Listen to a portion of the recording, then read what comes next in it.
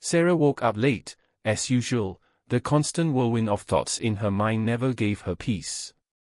She rushed to get dressed, skipping breakfast, and barely catching the bus to work.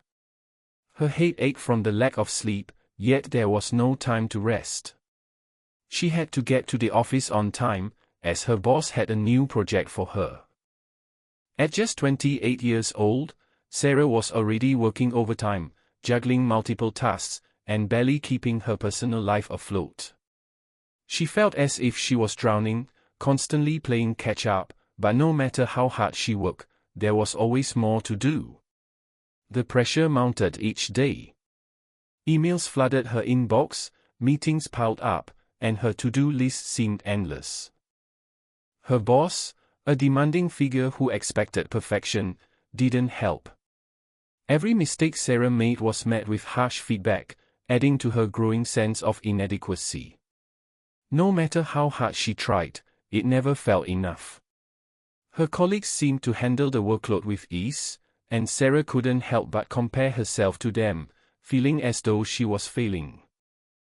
The more she tried to keep up, the more her stress grew. Her home life wasn't much better.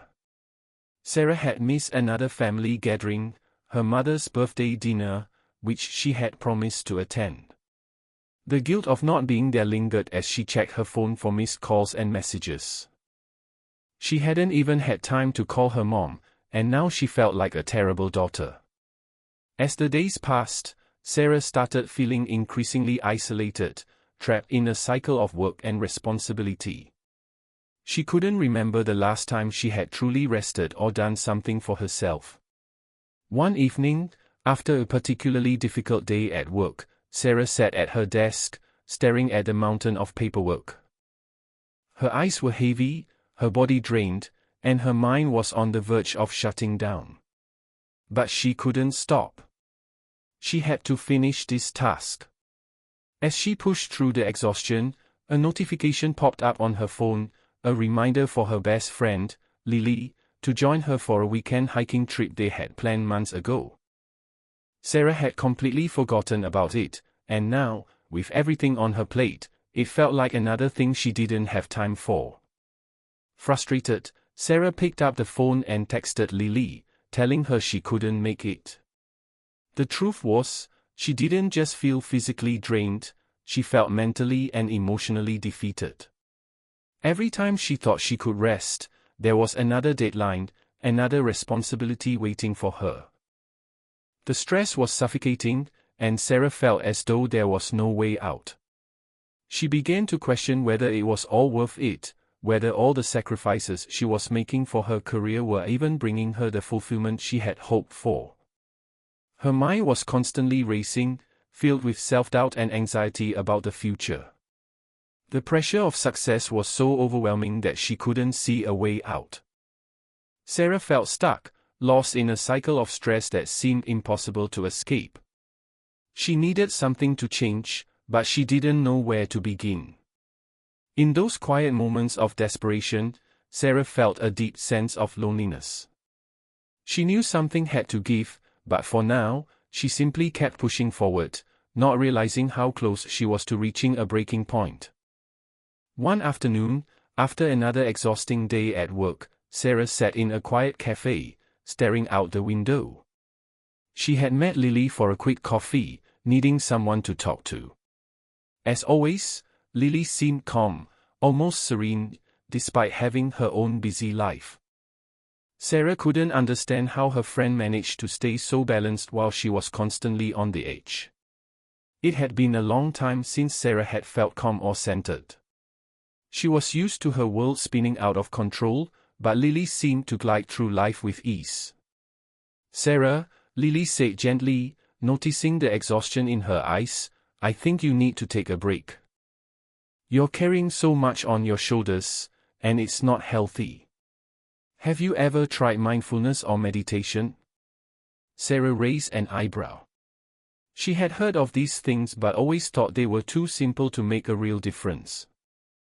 How could sitting still for a few minutes help her with all the stress she was dealing with? But seeing how relaxed Lily was, she decided to listen. Maybe it was worth trying something new.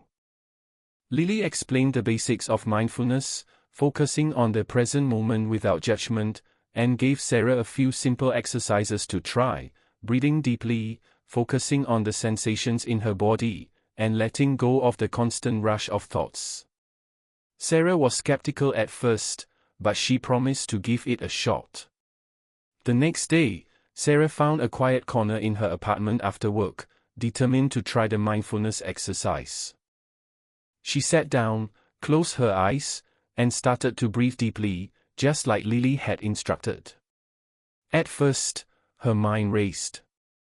Thoughts about work, her unfinished tasks, and the looming deadlines filled her head.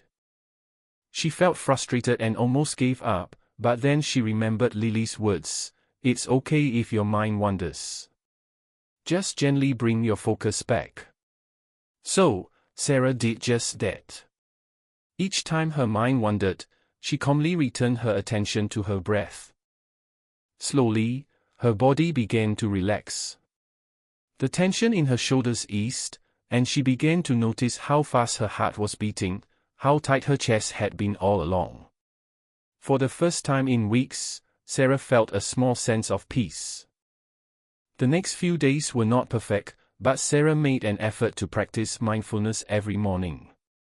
Little by little, she began to feel a shift. She noticed that when stress hit, she no longer immediately reacted with panic or frustration. Instead, she paused, took a deep breath, and allowed herself to feel the stress without letting it control her. It wasn't about getting rid of the pressure, but learning how to live with it without it overwhelming her. One afternoon, as Sarah sat at her desk, her boss dropped a new project onto her plate.